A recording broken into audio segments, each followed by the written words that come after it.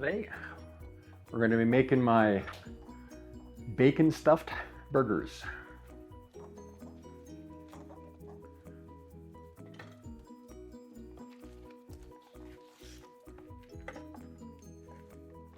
A full package of sugar-free bacon.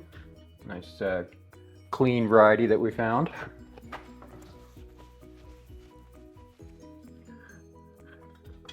And I'm going to cut this up pretty small.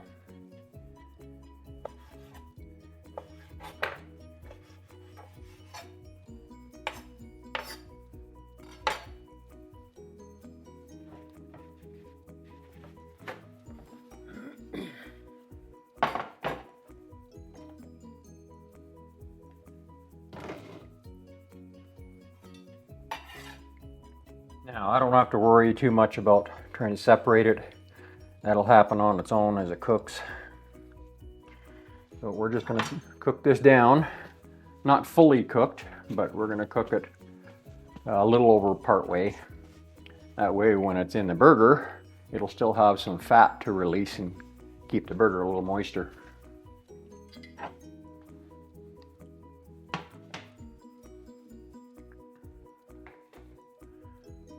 Oh, I'm just putting it on medium heat. And we'll let that start to cook down while we prepare the rest.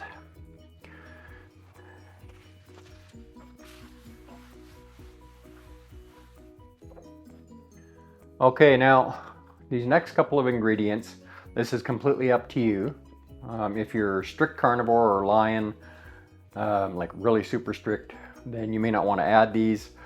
I've been carnivore, 3.5 years, so I use a little bit of seasonings I like. From time to time, I just make sure it's usually fresh ingredients. So I'm going to take a few little pieces of garlic here, fresh garlic. And this is an organic fresh garlic that I get locally. And we don't have to get too picky about trying to clean the shell off it here. I'll take care of that in a minute. Now, I had one of those fancy garlic press things, but it broke. So we're gonna do this the old-fashioned way. Now, we're using a lot of burger here, so I'm gonna use basically 4 cloves. One was just a little tiny one.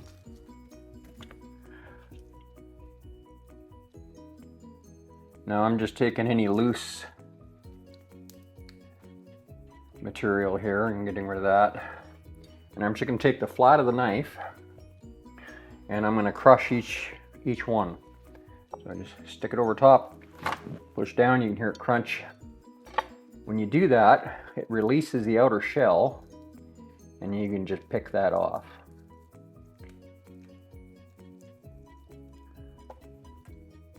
Like I said earlier, this is completely personal choice. Some carnivores use a little bit like this, some don't. It's a completely personal choice. I'm not making any judgments. There's no carnivore police here. And we just start chopping it up.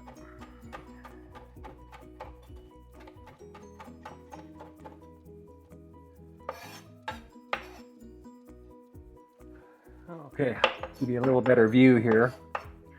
So I'm just going to kind of bring this out so that it's kind of a long little bit of chunks of garlic, and then I'm going to go crossways to it. Kind of start in the middle, work my way this way, and then come back the other way.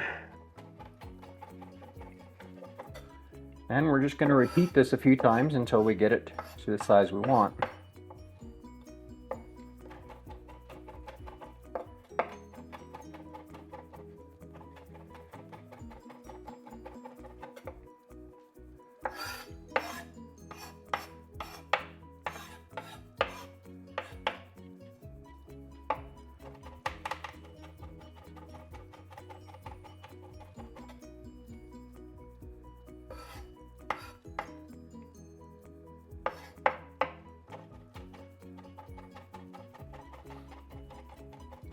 Now, if you don't want to have fresh garlic or any garlic in yours, just don't add it. It doesn't affect the recipe that much. Okay, so now that I've got that chopped up, I'm going to take a big bowl. In my case, it's stainless steel.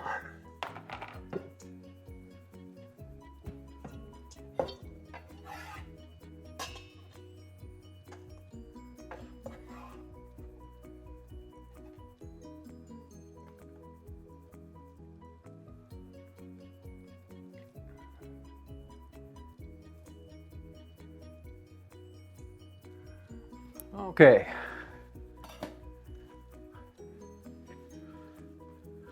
So now I'm going to add a couple other things. So this is some coarse Redmonds real salt. I know there's a little controversy out there right now, but I've got a bunch of it, so I'm going to use it up. But use whatever salt you like. I just happen to like Redmonds, and I've got a lot of it right now. So now remember, we're going to be putting in about 5.5 pounds of ground beef here, so we can put in a fair amount.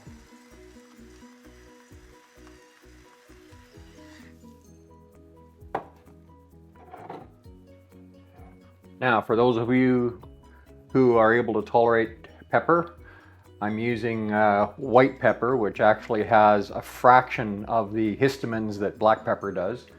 So you can get the heat without the histamine load if you're sensitive to histamines. Now there is some, so it's not like it's histamine free. Now, a product I like to use is Wright's Liquid Smoke. All they do is they take water and they smoke it with hickory. So there's nothing else in it. There's no weird chemicals. It's just smoky water, but it adds a really nice flavor. And I just put in a little splash, you know, maybe half a teaspoon.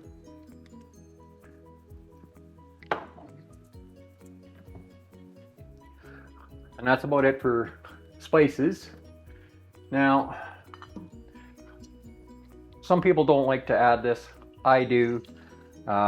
There is controversy out there about whether there is any benefit for using apple cider vinegar in a meat dish, and some science says it does nothing. Other science says it helps you absorb a little faster and can boost ketosis.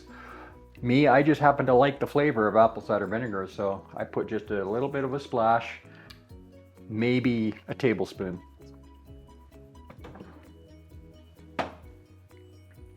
Now I'm going to give the bacon a little stir here. Okay, now because we're adding a full package of bacon, I'm going to use an extra egg than I normally would. So we're going to use 3 whole eggs. Now for those of you who haven't heard, putting in eggs helps bind it together so that it maybe doesn't break in half on the grill or something.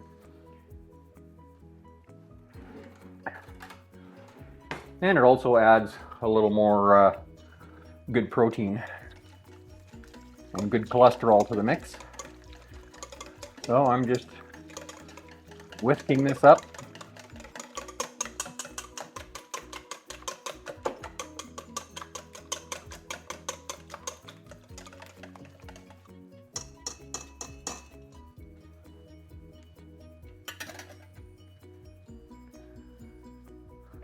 Okay, now I'm going to take my rings off here and wash my hands.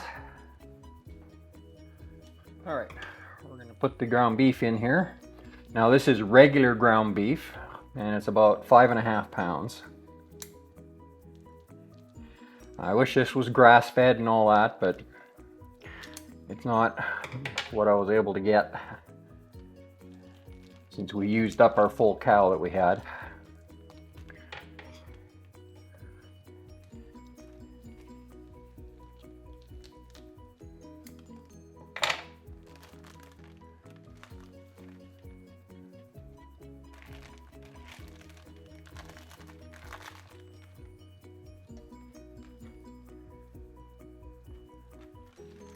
Okay, so we got our ground beef in there. I'm just going to break it up a little bit. And once it's broken up a little bit, I'm going to start mixing in the egg. So I just keep folding it over and kneading it in on itself. And eventually, it will completely mix. Now this can be kind of cold on the hands because this all just came out of the fridge. So it's sitting just above freezing. We keep our fridge at about 4 degrees Celsius, which is about 40 degrees Fahrenheit, I believe, or slightly less. So we're just gonna continue to mix this until we don't feel any stiffer, colder pieces in the ground beef. It should eventually all get kind of soft and a little bit squishy with no firm spots. And I just keep turning it a little bit and then folding it over. Now what we're doing is we're heating up, as we're mixing, we're heating up the fat, which also helps stuff stick together a bit better and makes it easier to form burgers. Now this exact same mix is what I would use for a meatloaf. There's not a lot of difference between a good stuffed burger mix and a meatloaf. It's kind of similar, other than you might add something on top afterwards.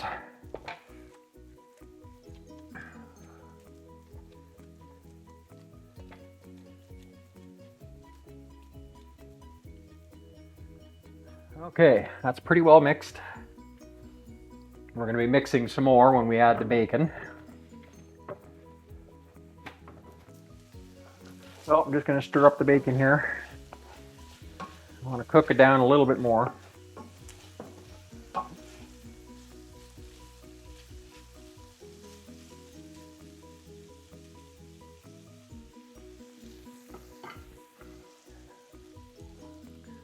So you notice there's not a lot of fat rendered out of that yet. Okay, we're going to let that cook down a little bit, and then I'll bring you back. Got that bacon to the consistency I want.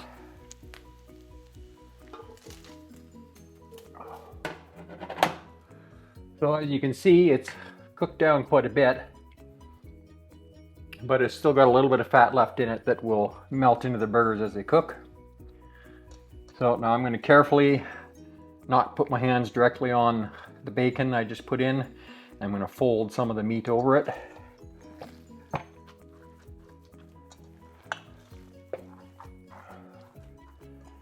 Now by the time I actually touch any, it'll be cooled off sufficiently. Now just remember that some of this fat is going to solidify as it cools down in the meat, so just be prepared for that. Usually not a very big deal though. We've worked this enough that it's gained sufficient heat that it shouldn't actually turn into like chunks of fat in the meat or anything. And we're just going to keep mixing it until the entire mixture feels an even temperature. You'll feel it start to warm up from the bacon a bit. And because we chopped those pieces so small, we're not going to have issues sticking the burger together like you will if you use larger pieces.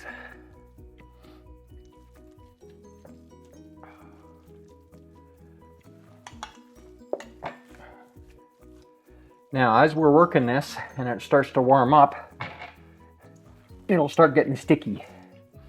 And that's when you know you're at a perfect stage to make your burgers, or to stick it on a pan and cook it as a meatloaf.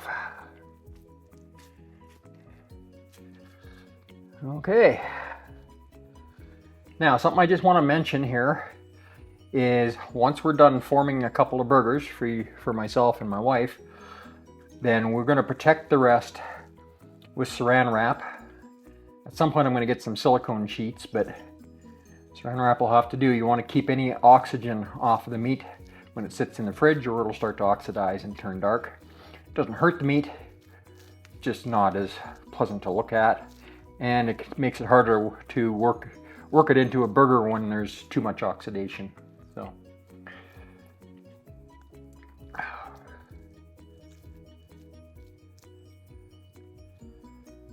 now, forming a nice patty can be a bit of an art. They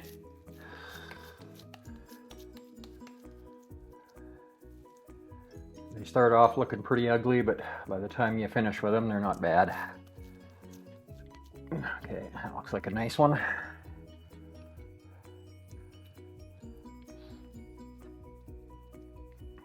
just like to do a final tweak on it, and then we're going to stick these in the fridge to chill, and that helps solidify them and lock them in a bit so that when you cook them, they're not trying to fall apart. It just makes life a lot easier.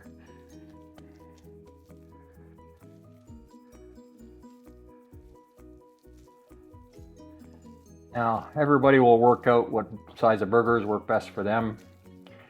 Now, currently I'm eating once a day, so I make my burgers pretty darn big.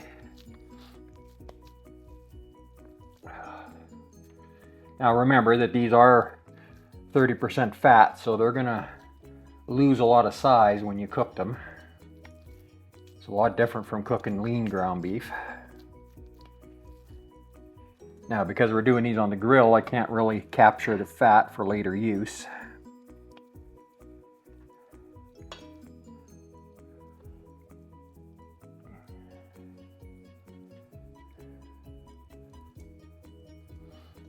Okay, so now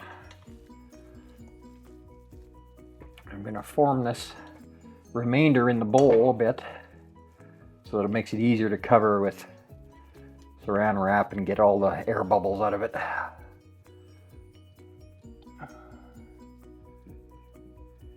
Now, if you're carnivore like me, I don't wash my hands with soap and water after handling a lot of fat, because that fat is actually good for the skin. So what I do is I just wipe off the bulk of it, make sure there's no meat actually stuck to my hands. And once I'm sure I've got no actual meat left on my skin, the little bit of fat that remains, I will actually rub into my hands and forearms.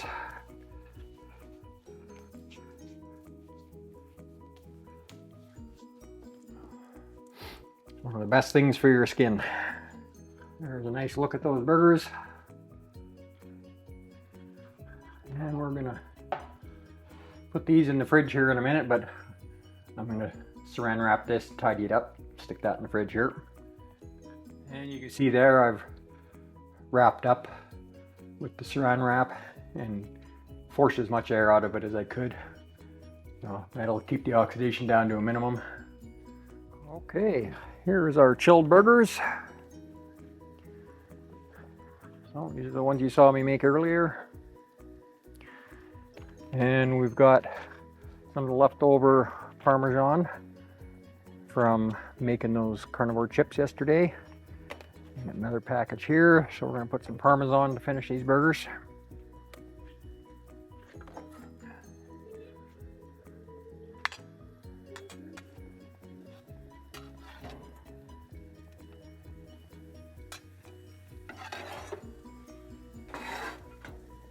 Now, I forgot to mention that I've got my barbecue set at about 3, which is a little more than halfway.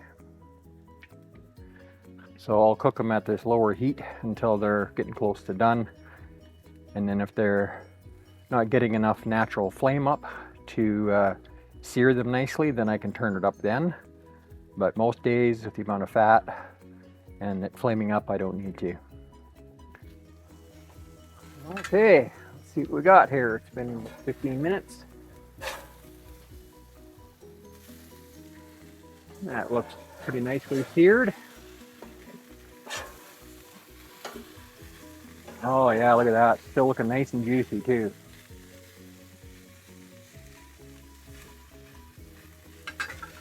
Okay.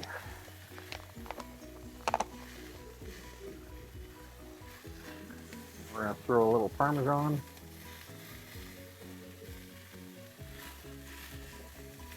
Now this is real Parmesan. Parmesan Reggiano, imported from Italy.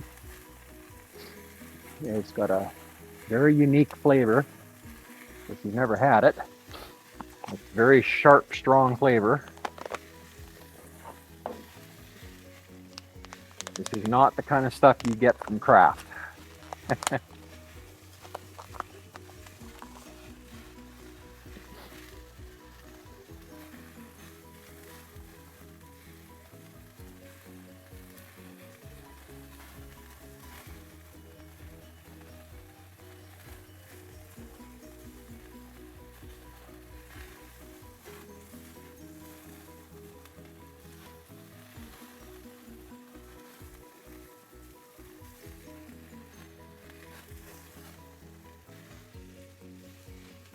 Oh, isn't that a beautiful sight?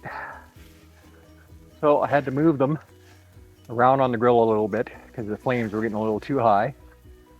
So I'll be keeping an eye on that and moving them every so often to keep too much flame from burning them up.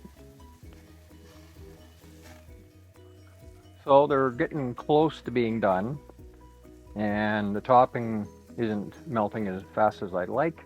I've forgotten how tough it is to melt this particular cheese. So I'm actually going to close the lid to finish them off, and that should melt that top down nicely. All right, let's see how we did here. Well, I think that's about as melted as Parmesan's going to get. Well, let's see how our burgers are doing.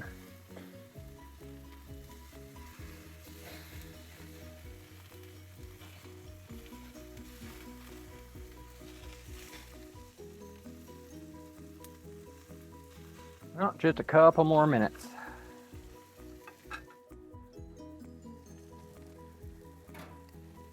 Okay, those are about done.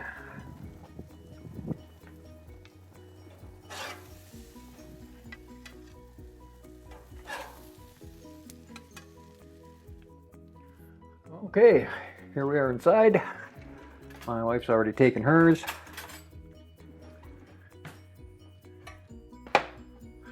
So I'm just going to grab a little butter here. I know there's lots of fat in there, but I'm on a very high fat version of carnivore. I'm just going to take a nice fat slice of butter, stick it on the plate, stick the burger right on it. Usually I just put it on top, but with the cheese on top, this works better.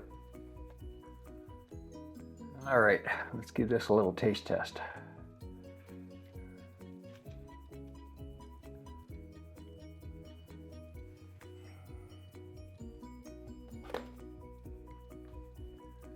I hope I've got this centered. I'm using the camera on the back. All right.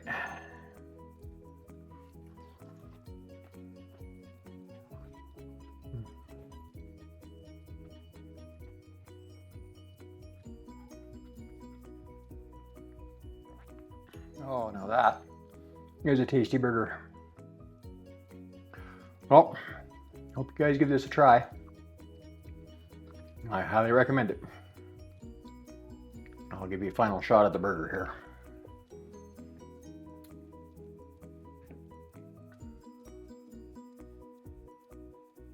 Oh, look at that gorgeous melted butter. Well, hope you enjoyed this recipe. See you on the next one, folks. Bye for now.